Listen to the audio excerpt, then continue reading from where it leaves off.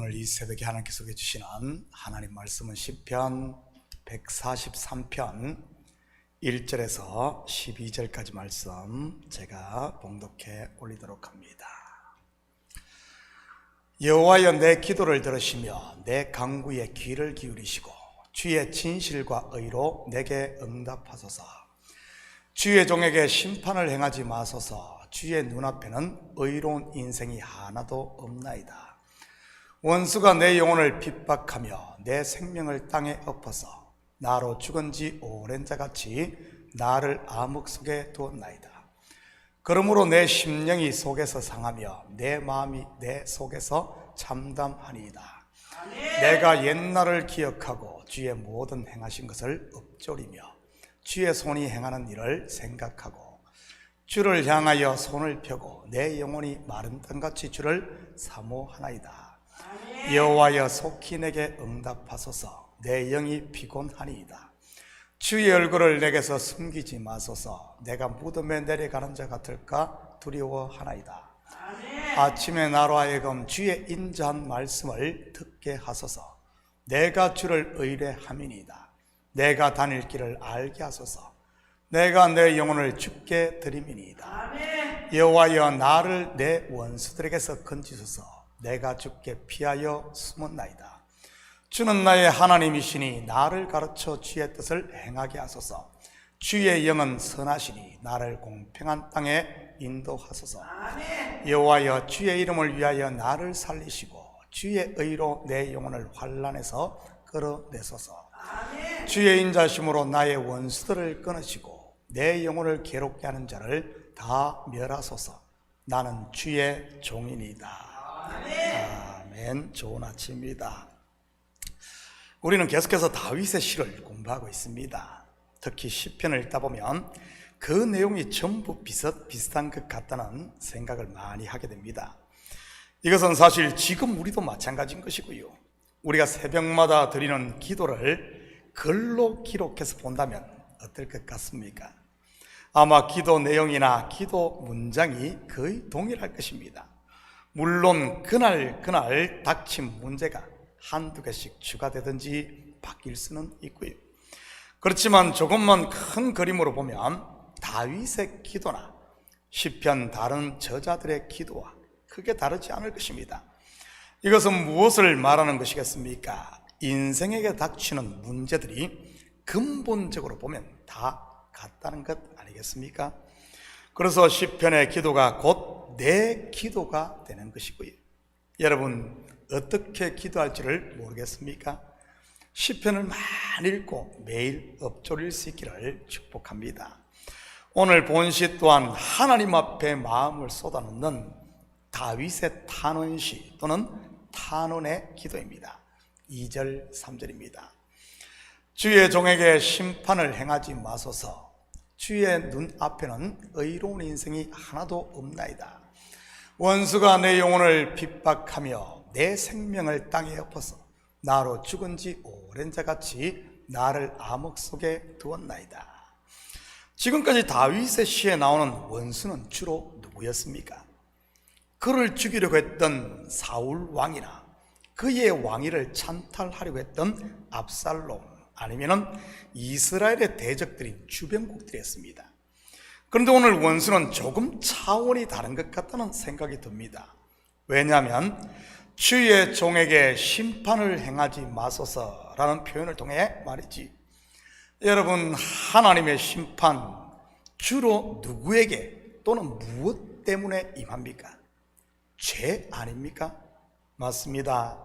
성경에 보면 하나님의 진노나 심판은 죄 때문인 것입니다. 다윗이 자기가 심판받을 것을 두려워한다는 말은 죄 가운데 있음을 말하는 것입니다. 그런 관점에서 보면 다윗을 핍박하는 원수가 무엇이겠습니까? 바로 그를 죄 아래에 묶어 두려고 하는 육신의 생각이나 고집, 아니면 마귀의 권세와 같은 것이고요. 여러분, 하나님의 공의 앞에서 살 수 있는 인생이 어디에 있겠습니까? 다시 말해, 죄 없는 인생이 어디에 있냐는 말입니다. 의인은 없나니 하나도 없느니라. 모두가 다 죄인이니까요. 그렇다면 다윗이 구하는 주의 종에게 심판을 행하지 마소서라는 간구는 결국 하나님의 자비와 긍휼을 구하고 있는 것입니다. 그런데 원수가 어떻게 합니까? 영혼을 핍박하며 그를 죽은 지 오랜 자같이 암흑 속에 가두어 두고 있습니다. 무슨 의미겠습니까? 회개하고 주님 앞에 나와야 되는 줄은 알면서도 그렇게 하지 못하고 있다는 말입니다. 원수가 그렇게 하지 못하게 하고 있다는 말이지요. 다윗의 인생 가운데 언제 이런 일이 있었습니까? 하나님 앞에 죄를 짓고도 못 찾겠다 꾀꼬리 하면서 꼭꼭 숨겨두었던 때 말입니다. 영혼이 속에서 괴로워하면서도 암흑 속에 있었던 때 말입니다. 언제죠? 바로 우리아의 아내를 범하고 그 일로 그녀가 임신을 하자 그것을 감추기 위해 남편 우리아를 죽였던 때입니다. 그 1년 가까이의 기간, 다윗은 죽은 지 오랜 자같이 흑암 속에 있었던 것이고요. 그런데 본시를 보면 그는 자기가 죄를 지었다는 것을 분명 인지하고 있었습니다. 그럼에도 회개하지 못했던 것은 원수가 그를 막고 있었던 것이고요. 결국 누가 와서 그를 그 사망의 감옥에서 해방시켜 줍니까? 하나님이 보낸 선지자 나단입니다. 어떻게 그를 해방시킵니까? 그의 죄를 다 드러내므로인 것입니다. 당신이 바로 그 사람입니다 함으로 말했지. 다니엘서에서도 보면 비슷한 상황이 나오지 않습니까? 하나님이 보낸 미가엘 천사가 와서 도와주는 이야기 말이지요. 하나님이 보낸 나단 선지자 앞에 선 다윗 어떻게 하죠? 내가 여호와께 죄를 범하였노라. 회개하고 고백함으로 심판에서 용서로, 어둠에서 빛으로 나오게 됩니다. 죄의 권세에서 해방된 것이요 하나님의 은혜를 맛본 것이지. 5절 6절입니다. 내가 옛날을 기억하고 주의 모든 행하신 것을 엎조리며 주의 손이 행하는 일을 생각하고 주를 향하여 손을 펴고 내 영혼이 마른 땅같이 주를 사모하나이다. 이때 다윗이 기억했던 옛날은 언제겠습니까? 바로 하나님과 동행했던 광야의 시절 아니겠어요? 어제 새벽에도 공부를 했었는데 아둘람 굴에 있을 때를 포함 10여 년의 광야 생활 말이지. 육신적으로는 사망의 엄침한 골짜기였을지 몰라도 지나고 보면 어떻습니까? 그때야말로 하나님과 가장 가까이 있었던 때 아닙니까? 육신은 괴로워도 영적으로는 가장 충만했던 때 말입니다. 제가 여러 번 말씀드렸듯이 다윗의 주옥 같은 시편이 대부분 이때 기록된 것이고요. 한순간도 하나님을 떠나서는 살 수 없었기에 오직 하나님만 의지하고 살았던 것이지. 이것은 제 경험을 봐도 비슷합니다. 가장 힘들고 어려울 때 가장 하나님을 찾고 의지한 것 말이지. 당시야 빨리 그 때가 지나가기를 기다렸는데 지금 생각하면 그때가 가장 행복했던 때임을 깨닫게 됩니다. 물론 골리앗을 죽이고 승승장구할 때일 수도 있고요.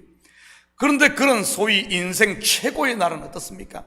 할렐루야 하면서 하나님께 영광을 돌리는 것 같은데 금방 잊어버리지 않습니까? 내가 그러고 싶은 것이 아니라 주위에서 그렇게 만드니까요. 그래서 선줄로 생각하는 자는 넘어질까 조심을 해야 하는 것이고요. 지금 다윗도 선줄로 생각하다가 넘어진 것 아닙니까? 다르게 말하면 왕궁 지붕 위에 서 있다가 넘어진 것 말이지. 혹시 여러분 가운데 선줄로 생각하는 분이 있다면 넘어질까 조심하시기 바랍니다. 지붕 위를 거닐고 있다면 난간 가까이는 가지 마시고요. 세상의 아름다움에 시선을 빼앗겨 떨어질 수 있으니까요. 어찌 다윗의 이야기가 그 혼자만의 이야기겠습니까? 믿음의 길을 걷는 우리 모두의 이야기인 것이지요. 여러분, 1년 가까이 하나님과 단절을 경험했던 다윗, 얼마나 영적으로 갈급했겠습니까? 사망에서 생명으로, 지옥에서 천국으로 큰 은혜를 받았으니 그냥 있을 수는 없는 것이지. 8절입니다. 아침에 나로 하여금 주의 인자한 말씀을 듣게 하소서. 내가 주를 의뢰함이니이다. 내가 다닐 길을 알게 하소서. 내가 내 영혼을 주께 드림이니이다. 이것을 요즘 말로 하면 뭐겠습니까? 회복이요, 부흥인 것입니다. 저는 우리 교회도 이런 회복과 부흥이 일어나기를 축복합니다. 그래서 온 성도들이 아침에 주의 말씀을 사모하고 주를 의지하며 하루를 시작하면 얼마나 좋겠어요. 여기저기에서 그런 움직임들이 포착되고 있고요. 성경을 필사하고 기도하고 누가 시키지도 않았는데 모이고 말이지. 오는 토요일에도 남성교회에서 모여 수련회를 가지 않습니까?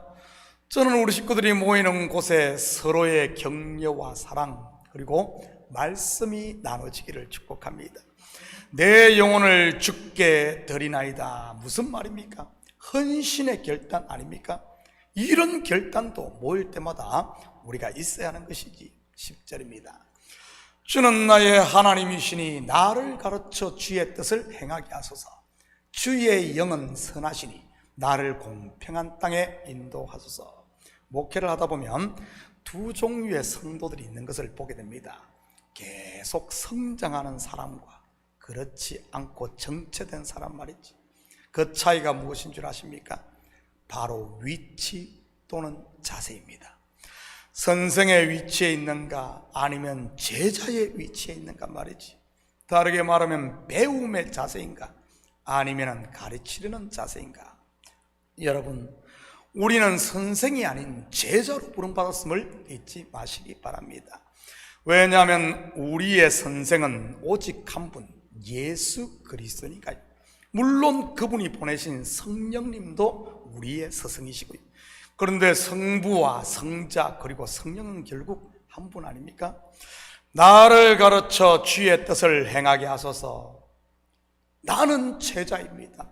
나는 배우는 자입니다. 라는 말입니다. 이런 배움의 자리에 있는 제자는 어떤 줄 아십니까? 오늘보다 내일이 낫고 내일보다 모레가 낫는 것입니다. 다시 말해 소망이 있다는 말이지. 저도 참교회 온 지 만 9년이 지나 이제 벌써 10년째입니다. 성도들 가운데 제가 놀랄 정도로 여기저기에 믿음이 성장한 분들이 눈에 보여요. 그분들의 특징이 무엇인 줄 아십니까? 말씀을 전하면 눈동자가 초롱초롱하며 생기가 돕니다. 그리고 말씀 전하는 자를 바라보는 시야가 다르고요. 시선이 다릅니다. 그 속에 사랑이 이렇게 눈동자에서 뚝뚝 떨어지는 것 같다고나 할까요? 그리고 제가 특별히 세워주지 않아도 스스로 자기의 자리를 찾아 기둥으로 우뚝 서고요. 목회의 보람이 거기에 있는 것 아니겠습니까? 저는 우리 식구들 모두가 다 제자가 되시기를 축복합니다. 목사의 제자가 아닌 그리스도의 제자 말이지. 저는 하나님의 손에 들려진 그냥 막대기인 것이고요. 한 절만 더 봅니다. 12절입니다. 주의 인자심으로 나의 원수들을 끊으시고 내 영혼을 괴롭게 하는 자를 다 멸하소서. 나는 주의 종이니이다. 인자 곧 헤세드가 심판을 이기는 줄 믿으시기 바랍니다. 하나님의 사랑이 원수들을 끊는 것이고요. 다윗이 그랬지 않습니까? 하나님의 사랑이 그를 사망에서 생명으로 옮긴 것 말입니다. 나는 주의 종이니이다. 왜죠? 심판받아 죽을 죄인이 하나님의 은혜로, 지금 우리로 말하면 예수 그리스도의 보혈의 핏값으로 하나님의 자녀가 되었으니까요. 그러니 나는 이제 내 것이 아닌 하나님의 것, 그분의 종인 것이지. 그러니 남은 생 누구를 위해 살아야 되겠습니까? 바로 하나님인 것입니다. 사랑하는 성도 여러분, 오늘 하루도 제자의 자리를 잘 지킴으로 하나님의 말씀과 성령의 인도를 받아 하나님께로 한 걸음 더 가까이 가는 이런 복된 하루 되기를 예수님의 이름으로 축복합니다. 같이 기도합니다. 사랑의 아버지 하나님, 참으로 감사를 드립니다. 아버지 하나님, 참으로 우리의 영은 우리의 죄를 잘 알고 주님 앞에 나가야 사는지도 알면서도 아버지 하나님, 우리 속에 있는 또 다른 원수가 욕심과 탐욕과 육신의 생각들, 이런 것들이 아버지 하나님 우리를 막고 있지는 않습니까? 하나님, 우리의 연약함을 아시는 주께서 다윗에게 나단 선지자를 보냈고 다니엘에게 미가엘 천사를 보냈듯이 아버지 하나님, 주께서 성령으로 우리를 강권하여 주사 그 사망에서 이제는 생명으로 나오게 도와주시옵소서. 우리 참교회가 이제는 아버지 하나님 새롭게 되어짐으로 회복되게 하시고 부흥되게 하시고 온 성도들이 제자의 위치에서 매일매일 하나님의 말씀을 배우고 훈련받고 아버지 하나님, 그리고 나아가 복음 전하는 이 시대 주님의 종들이 다 되게 축복하여 주시옵소서. 오늘 하루도 아버지 하나님, 우리 발걸음마다 성령께서 우리의 발걸음을 인도하실 줄 믿사오며 이 모든 말씀 예수님의 이름으로 기도드립니다. 아멘.